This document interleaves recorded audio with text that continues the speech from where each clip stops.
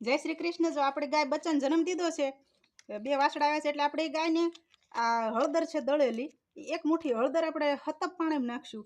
અને આ મીઠું છે જે આપણે રસોડામાં ઉપયોગ કરવી એ મીઠું છે, તો એક મુઠ્ઠી મીઠું, 1.5 મુઠ્ઠી મીઠું અને 1 મુઠ્ઠી હળદર આપણે હતપ પાણીમાં નાખી અને ગાયને પીવડાવશું। અને એની અંદર આપણી પાસે તેલ, જે સિંગ તેલ હોય આપણે ખાતા હોય એ સિંગ તેલ પણ અંદર પાણીમાં નાખી દેવાનું। એટલે અત્યારે ઉનાળાના હિસાબે સિંગ તેલ થોડું ઓછું રાખવાનું, એટલે ગાયને ઇન્ફેક્શન ન લાગે। અને હળદરથી, આ હળદર રહીને એના પેટને એકદમ મસ્ત સાફ કરવા માટે અતિ ઉત્તમ છે। તમે કદાચ તેલ ન નાખો, કદાચ મીઠું ન નાખો તો કાંઈ વાંધો નહીં, પણ હળદર તો ચોક્કસ નાખજો। અને મીઠું નાખવાનો એક ફાયદો છે કે મીઠાથી એને જે જર આવે એ જર જલ્દી પડી જાય છે। તો સારું, હાલો ગાયને આપણે પાણી પીવડાવી દઈએ।